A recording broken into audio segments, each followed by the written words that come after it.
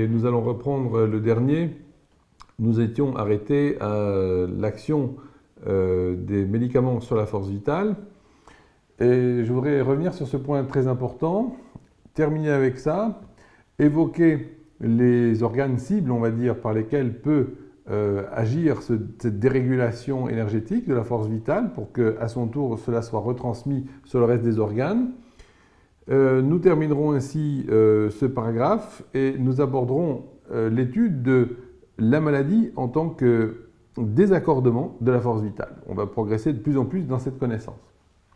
Dans les jours qui viendront, grâce aux efforts de la technique, nous sommes contents de pouvoir vous annoncer que nous aurons la possibilité de vous passer directement à l'écran pour que tous les autres puissent vous voir et vous écouter quand vous poserez des questions.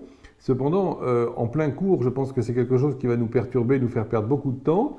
Vous aurez donc la possibilité de nous appeler par un simple coup de Skype, si on peut dire un coup de Skype, mais vous m'avez compris.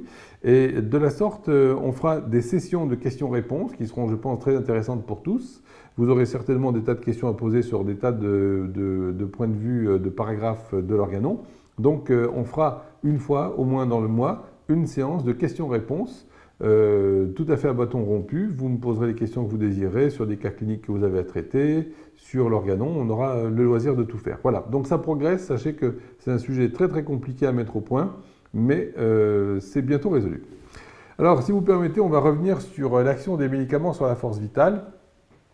Maintenant, vous avez clairement compris qu'il y a tout ce qui repose sur le plan nutritif, sur le plan chimique, qui sera nettoyé, éliminé, de la même façon que vous versez un colorant à Marseille. La coloration du Rhône ne peut pas remonter le courant vers le lac de Genève. Et c'est quelque chose qu'il faut vraiment comprendre de façon fondamentale. C'est que, en fait, la maladie progresse depuis le centre vers la périphérie. Le miasme attaque l'organisme depuis la périphérie vers le centre. Mais quand vous êtes malade, la progression se fait depuis le centre vers la périphérie. C'est-à-dire qu'en fait, si on devait regarder quelle est l'action la plus primitive, quel est le niveau le plus primitif où le désordre a lieu, ça se passe le plus près possible, bien sûr, des organes les plus centraux, donc probablement sur le mental. Je ne vais pas vous dire pour autant que toutes les maladies reposent sur un dérèglement mental, sur des phénomènes psychosomatiques. Vous avez le contraire qui peut être vrai aussi.